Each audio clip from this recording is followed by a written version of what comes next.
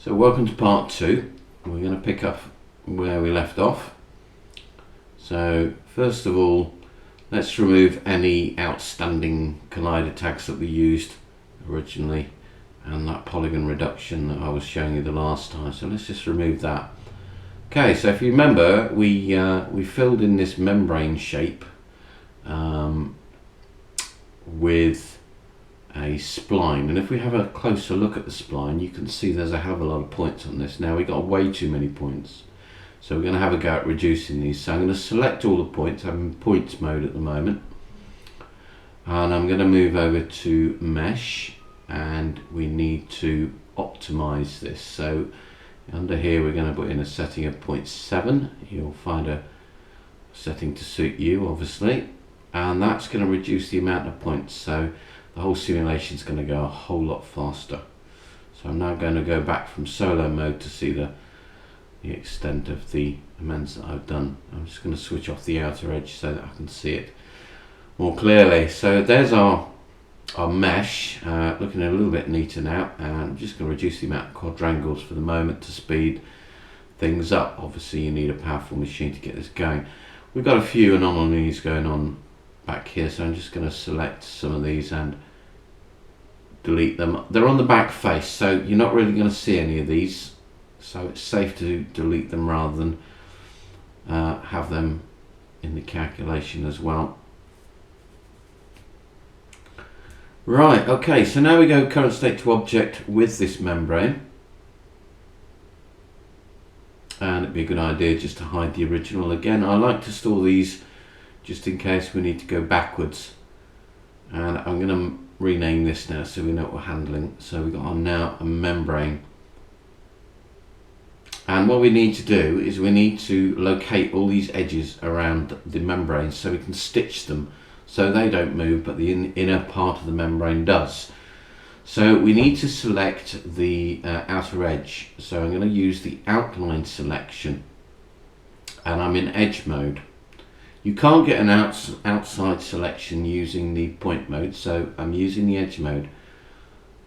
So I'm just going to fast forward this part because all I'm going to be doing is just selecting the edges.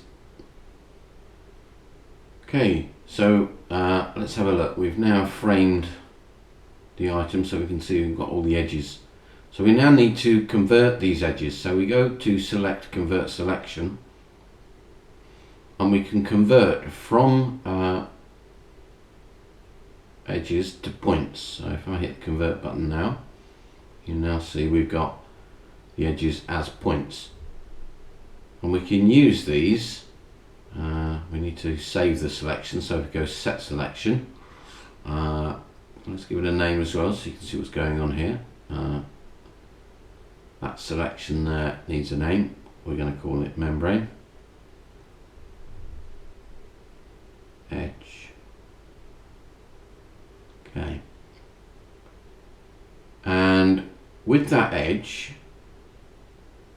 we can now go to the cloth and to the dresser, and where it says fixed points we press set.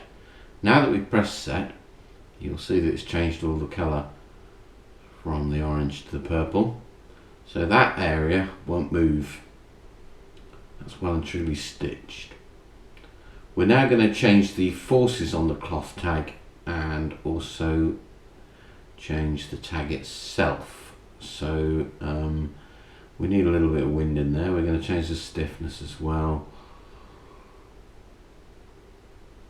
Change the rubber value.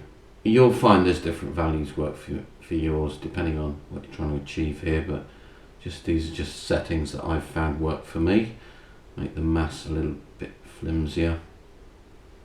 Alright, let's run the simulation now and see how it's looking. Okay, it's looking pretty stable. We're getting some movement in there, but that's what we're after. That's what we're trying to achieve at the moment. Get a stable membrane to work with, and then we can add a couple of elements in there to move them, each of these membranes around. So we're after individual membrane control rather than just the whole membrane going mad. So under the expert area here on the cloth tag, you'll see there's an include area, and we can include the particle deformers. So any of these particle deformers we can use. So I'm going to try using the attractor here. So there's the attractor deformer, and I'm going to drag that into the expert area of the cloth tag. And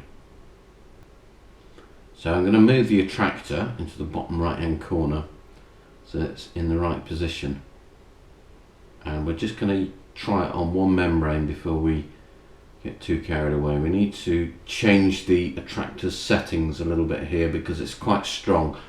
It's always better to work with lower settings, otherwise you just end up with geometry going all over the place. So we need a bit of fall off as well, otherwise it's going to affect the whole of the membrane. We don't want that, we only want one part. So I'm going to change the settings here, 35 for each of these maybe, and put a little bit closer as well. Okay, so normally first time might be a bit strong, we might need to turn that down. Let's play it anyway and see how it looks. So run the simulation. Whoa, way too powerful.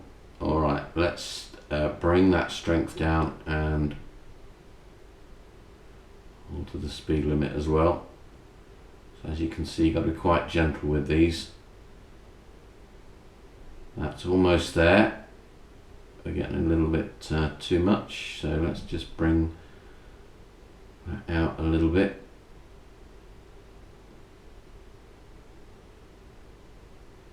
Here we go. So you can now see how gently it's influencing that membrane. Perfect. So now you know about the different types of particle deformers we can use. It works with the any other particle deformer. So let's try the wind one.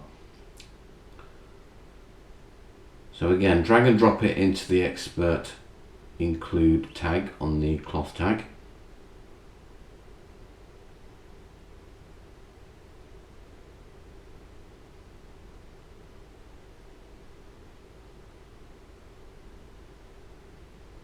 So I'm just going to move it into the middle here, rotate it around. This is going to influence a few more parts of the membrane. Let's face it down towards the bottom left hand corner. And again, we might want to just change the wind settings on this and reduce that down a little bit to make sure it's working straight away. Rewind and press play. So we now got two of these particle deformers working away. We've got a wind one and an attractor, and you can see straight away that it's working fine.